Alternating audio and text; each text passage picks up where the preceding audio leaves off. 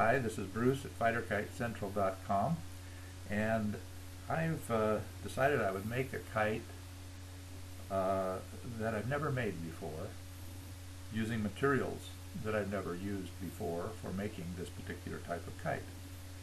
I'm going to make a Buka, but I'm going to use bamboo for all the spars, and I'm going to use paper. Since I learned how to waterproof it a little bit, I'm going to use a piece of this tissue paper as the skin. And I thought, well, maybe I'll just video the process here, and we can kind of together find out what works and what doesn't. What I did to start with is I made a bow, which is the leading edge spar, the width of the kite. And you can make the kite any width. I decided to make it about 16.5 or 17 inches wide. It's going to be a light wind kite, and it's about a foot tall. It isn't critical, the dimensions, be exact. A ratio of 2 units of height of the kite versus 3 units of width is a pretty standardized way Bukas are built. No matter what the dimension of the unit you use, a 3-to-2 ratio is a pretty safe bet. Now this one is slightly off of that, but I'm sure it'll fly fine. At least it'll fly well enough for me. So I made the bow, which is the leading edge spar, and I just made it so that it was relatively uniform when it bent. Because when the tension line applies the curve to the leading edge, you want it to be uniform in shape. Otherwise the kite will veer off to one side or the other, just like a bow in a standard Indian or diamond shaped kite. The part that I had a little trouble thinking about how best to deal with was the cross spars. Now in a Buka there are 2 cross spars that go from corner to corner, and you want those crossbars to be identical in their flex and or stiffness if you want the kite to fly straight when you're retrieving line, or if you're just flying in a relatively nice breeze. So what I did to create 2 that are as close as possible to the same is I took a piece of bamboo that I'd use for bow. It's a 24-inch piece of bamboo that I use for a spine or a bow, and I use that by I make the cross section of this almost rectangular as I can, and I taper it so that one end, this end, is quite thin, and the other end is also rectangular, or generally rectangular, but much thicker, so that it tapers in its way that it bends. It bends more at one end than it does at the other when the piece is compressed. And then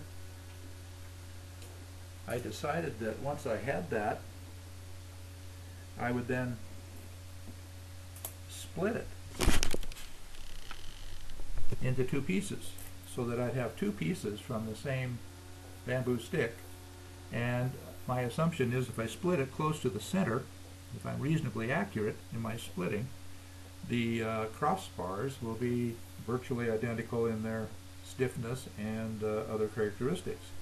So to split it, what I did is I simply took my utility knife, but any really sharp knife will work, and I eyeballed where the center of this stick was on the thick end. And then I just pushed the blade straight down and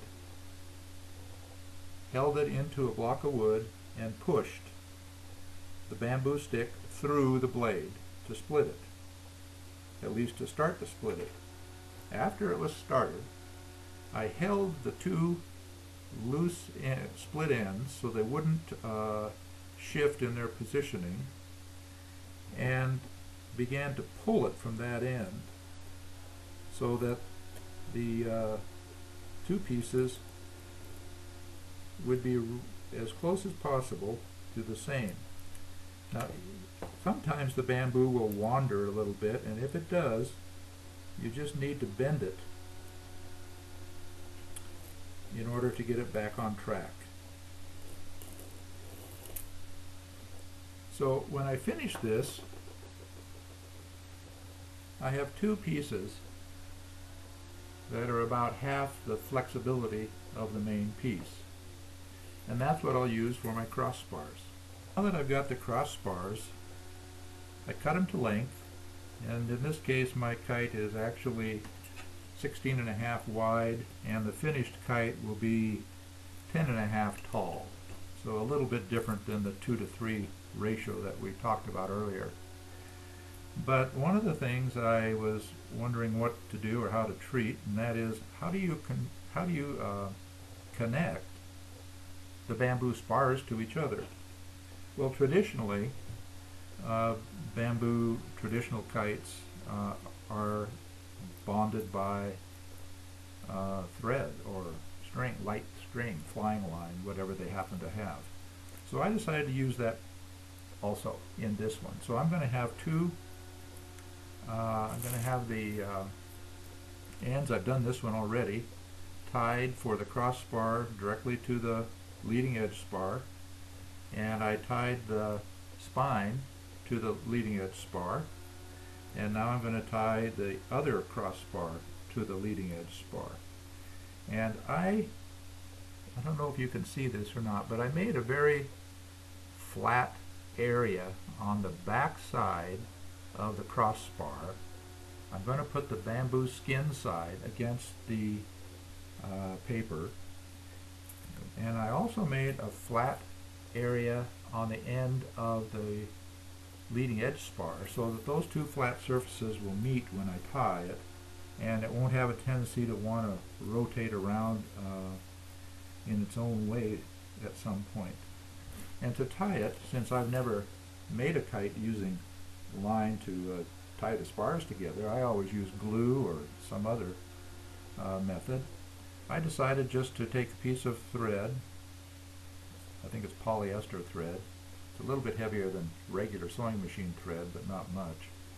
I made a slip knot, and I decided to tie all the spars together before I bonded the skin to the spars.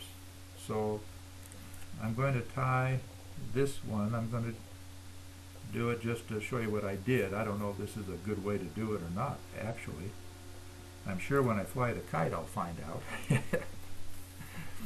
But I just tie those two together,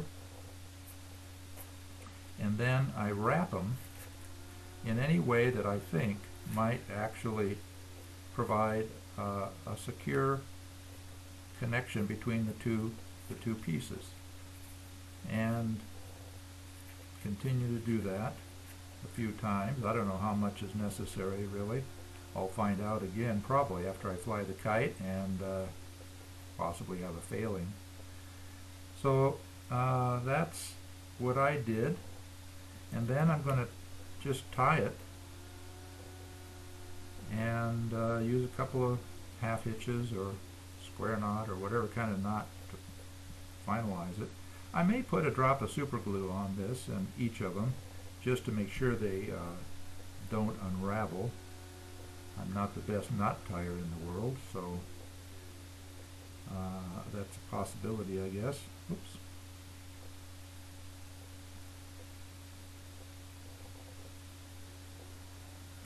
So there we have that tied, and so the framework for the kite's already done, and I already cut out the skin.